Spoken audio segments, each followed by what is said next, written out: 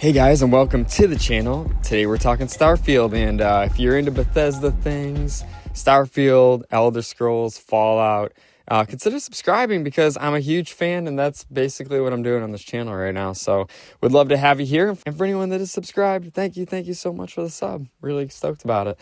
So topic of the day, Starfield 2.0 has arrived. Call it what you want, but call it a comeback nonetheless. It is a great time to be a Starfield fan. We got so much good news the other day, and I just want to dive into all the things that are coming in the update and why I'm excited about them. So sit back, grab your popcorn, because this is going to be a good one. So Bethesda just announced so many things coming in April, including a PS5 port. I think we were all expecting Terran Armada was going to bring us some new DLC, some new storyline, some interplanetary travel, which it did. But my God, was there a lot of stuff in this update. So let's get right into it. So let's start with interplanetary travel. Starfield is an RPG based in space. It's not a space simulator, and I like to get into this a lot because people will compare it to Elite Dangerous or No Man's Sky, and it's like comparing apples and oranges to me because one is a RPG set in space and the other ones are a space simulator. But what's really exciting about what's coming is Starfield is starting to fill in some of the gaps to make itself feel more space sim while still retaining its openness and its RPG elements and its modding community and all these other cool things it has. So Bethesda was very excited to announce interplanetary travel, and I couldn't be more excited about it. And basically this will give us the ability to drive our ship between planets and to run into encounters along the way, which I think, don't call it 2.0, people will say, but I think this is going to be a major change to the game in a good direction. So one thing that traditional Bethesda games had that Starfield is kind of lacking is the journey in between the quest markers, right? So you get a quest at point A and you go to point B, but you run into quest C along the way and you end up at spot D, and it just, that's the magic, right? And to some degree, by just having fast travel automatically between locations, when you're doing quests in Starfield, that magic gets lost a little bit. So it's really cool that they're bringing interplanetary travel in and things that happen on the way, where you could run into a space station, or you could potentially run into an encounter, or find a quest, or find a dungeon, or whatever there is to explore out there. I think it's really going to dynamically change the game because it's going to give it more of that old Bethesda juice that it used to have, and could be more happy for it. They also introduced a thing called cruise mode, so you don't have to even drive the whole time if you don't want. You can actually get up, you can talk to your crew. I think that's super cool too. And then they have this element, which in one of my videos I mentioned how cool this would be if they did this. I just made this up, but they did it, in which an alarm goes off if you're in your ship and you're talking to like your buddies are working on something, but danger appears on the way there. An alarm goes off. You got to run back. You got to get in your cockpit, and you might get into battle, or you might find a abandoned space station or something like that. So super stoked on this feature. This alone was my biggest wish list feature. This to me is going to change the game dramatically, and I couldn't be more happy about it. So I think where I'll go next is, what do you do when you get to a planet? Because there's so much to cover, guys. There's so much to cover. But let's talk about that. Points of interest has been another big thing. You get to the planet, and there's these randomly generated points of interest. Just to be clear, handcrafted points of interest that are randomly generated. And one big problem with Starfield is a lot of people feel they see the same points of interest over and over and over again. So Bethesda addressed this. So let's get into why that happens. That happens because a lot of those points are actually level locked. So if you're low level, you only see like the same 5 to 10 points of interest. And as you level up, you start to see more and more. And eventually you get, like I said, 175 of them, so they don't feel as random, or they don't feel as reoccurring. But for most players, they give up way before that would happen. Bethesda has retooled the points of interest, as well as added a bunch more to where they're going to feel more unique and more random And you're probably going to have to spend hundreds of hours in the game before points of interest become repetitive. I think this is going to be a huge thing for the new PlayStation fan base and people that are coming in. And I also think it's going to be a much improved experience, even if you have a lot of hours in it, because there's points of interest that even I haven't seen at 1,000 hours. I still, to this day, run into points of interest because they're finally unlocked, because I'm like level 110, where I'm like, I've never been here before. So, that coupled with some really cool creations that you could still probably add, Forgotten Frontiers and things like that add other unique points of interest to the maps. I think this is going to be much improved. I'm really excited about it. While you're on the planet, also, if you're not into outpost building, but you're trying to do resource mining, there's a new pre-built outpost, which is super cool. And a new menu for how to find resources to build things, which is super cool. They've also added new skins for workbenches, action figures you can collect, a universal storage crate so you can share your inventory between outposts, a big thing, reduce that inventory management just a little bit. It is fun, it is immersive, but at the same time, it can be pretty tedious if you have stuff stored all over the universe and trying to collaborate and get everything back together. And they even added a pet that can be part of your base and customizable himself. So that's another thing with Starfield, man. I always wanted like a cat or something. So I'm pretty stoked they added a pet. And the mods too for the pets aren't great. They're not great. So like a pet from Bethesda, I'm pretty stoking on it. I'm cheesing on it, to be honest. So really excited. I think they're doubling down on making Starfield a little cozy as well. And I know some people say Bethesda games aren't supposed to be cozy games, but Starfield has always been pretty cozy for me, right? It's set in space. It's a little bit slower paced, which you'll get used to and love over time. You really learn to appreciate it. But I think it is a relaxing game that makes me very happy and then escalates into very intense combat situations at times. But it's not like Fortnite or something where you're just in constant combat and stress. A lot of times you're just immersed in the world. You're exploring, you're building your home, you're modifying your weapons and gear and tools, or building relationships with companions. And I think having a home that you can decorate, a ship that you can build, a pet that you can raise, I think this kind of stuff actually just adds to that world simulation. So really geeked on it. Let's talk about the guns, guys. There are a ton of new guns, new skins, mods for the guns, new tiers for the guns, and a new farming system that allows you to make even more powerful weapons using these mods and new tiers and new tech. So once again, couldn't be happier with this. I think there was a lot of pushback on Starfield that there just isn't enough gun variety and it doesn't have unique enough weapons. So Bethesda seems like they're listening to that, and we'll get into the Trackers Alliance in a second, but essentially they're revising the way guns work to more like they work in Fallout 76, which gives you a longer farm, lets you build more unique, powerful things, and I couldn't be happier about it. They also added a bunch of new space suits, so you can be dripping with your new gear as you travel through the galaxy. And beyond space suits, beyond guns, it looks like they added a bunch of new ship parts as well. For you shipbuilders out there, you should be happy as well. You probably think it's going to stop there, but it doesn't. There's more. There's more, guys. They also fixed the annoying temples where you used to have to farm your Starborn powers.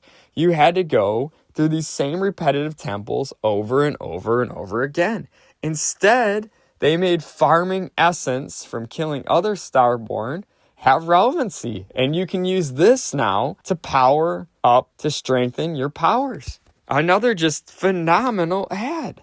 Like, how cool is this, guys? I mean, honestly, if you're a Starfield fan, like, it is a good day to be alive. They have addressed so many things in this update, and I am incredibly stoked on this.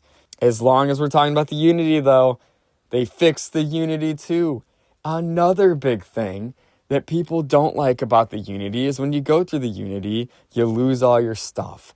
And with stuff being even more grindy now and even more well-earned now through these new gear and loot and mod systems, it is kind of sad. If you go through this quest line, you get this really unique gun, and then you spend another 100 hours, hopefully maybe not 100, but you spend a whole bunch of hours modifying this gun. You got to lose it when you go through the Unity, you know? And Bethesda changed that as well. They added a device that allows you to store up to 200 pounds that you can take with you through the Unity. So for me, I always got to say the Revenant is one of my favorite guns in the game.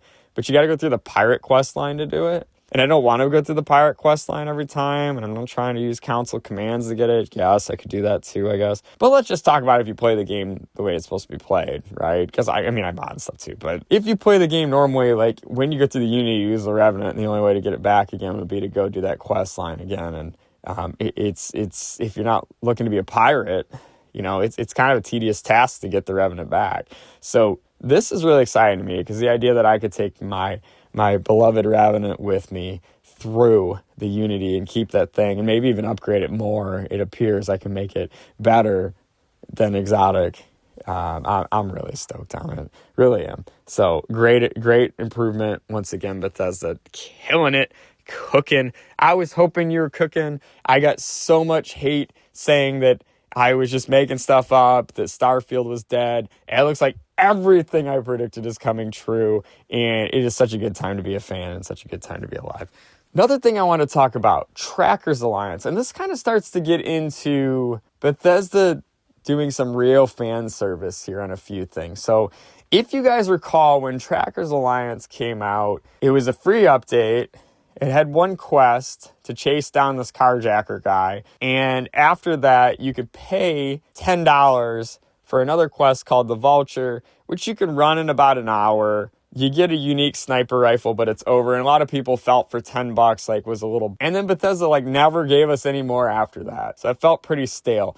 So what Bethesda's doing, which is really cool here, is they've added 4 new bounty hunting quests, all as immersive as the Vulture, all with end gear that you can get from doing the quests that are unique to that quest. Big win there too, Bethesda.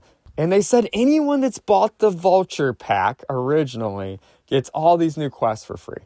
So it looks like right now you could spend now $8 to get the Bounty Hunters bundle, which includes the Vulture. But if you'd already bought the Vulture, you get these new ones for free. Super cool, guys. Class act. And let's talk about another really cool class act, because we got to get into this. So what does all this cost? Because I think this is a big piece, and I think we got to get into it because Bethesda's done some real class act stuff here that I got to give them major props for. First of all, the new Fast Lane expansion to the game, which allows for the interplanetary travel and basically everything that I've talked about in this video. This is included as part of the base game, free of charge. Mind blown. Not part of the expansion, part of the new core Starfield experience. Big win, Bethesda. Awesome. But it gets better. The next part, the Terran Armada DLC. Didn't talk about that very much, just because it looks to be a new storyline with robots and it looks super fun, but it's not a new feature, so I didn't really talk about it much in this video. But not Shattered Space price, not $30, $10. And on top of that, if you bought the previous edition of this game back in 2023, for all you Xbox and PC players out there, free of charge. So all of the new DLC as well as all of the new in-game features are included for any of us that bought this in 2023 premium edition. And if you didn't buy the premium edition in 2023, wait for it. Terran Armada, $10. Not $30 like Shattered Space, $10. Fucking awesome. Lastly, the bounty hunting. So Bethesda released a bounty hunting system as a free update sometime back in 2024. It was one quest. You chase this carjacker guy. It was really cool. It was really fun. And it had some reoccurring quests you could do with your scanner and things like that. But there was only one other long quest bounty you could chase, and that was available as an additional creation for $10 called the Vulture. It was about an hour quest. You got a cool, unique weapon for it. But, players felt that $10 was a lot for such a short play time and little amount of content. Bethesda is now adding 4 new bounty tracker quests. And what they're doing, another class act, is they're saying if you bought the Vulture back in 2024 or even 2025, you get these 4 quests included now for free. And if you're new, you pay like $10 for all 5 quests. Each quest has a unique weapon or gear. They're all really fun. I've been playing through them myself. And it just, once again, just a class act from Bethesda on this stuff of I really feel that this update is a complete redemption arc for Bethesda on some of the things they've been poked at lately, from overpricing things to just the quality of what we're about to get here is just on a different level. And I got to give them props where it's due. I am mind blown that for me, none of this stuff is going to cost me any money. I'm just getting a ton of new content for practically free. But even if you're a brand new player coming in, a PlayStation 5 player, or even a PC or Xbox player, I think that the base edition of the game has so much more in it now and is such a better bang for its buck and is going to play so much nicer than it did on launch. And for you premium edition people, you're going to get Shattered Space and Terran Armada. And listen, Shattered Space, I think you're going to have fun with if it's included in a bundle. I think the problem with Shattered Space was just people were hoping that it would be the revamp of Starfield, and maybe this kind of is.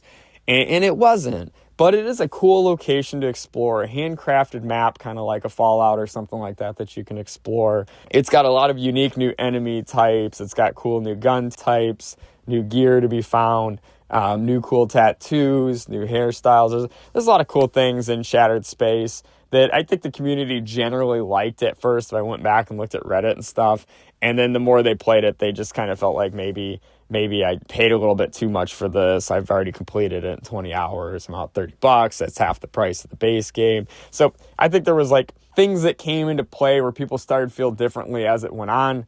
But I can tell you right now, and people are going to be like, oh no, the internet didn't like it. Yeah, the YouTubers that hate on everything didn't like it, but the general community did at first. Everyone was stoking on Shattered Space. It is a fun thing to play. And I do think that anyone buying the premium edition is going to enjoy it.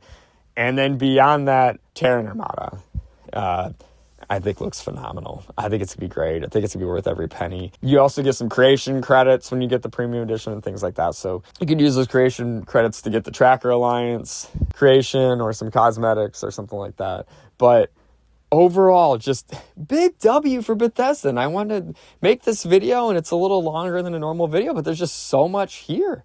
And I'm so excited about it. So if you stuck around this long, thank you so much. If you found this helpful, I'm glad, because that's the point of posting this particular video. If you have any questions or would like to discuss anything, throw it in the comments section. If you're interested in hearing more about stuff like this or talking Starfield in general, consider subscribing. And beyond that, guys, have a wonderful day. I'm going to continue playing some of this new content, and I can't wait for April 7th when the rest of it comes out. So take care and talk soon.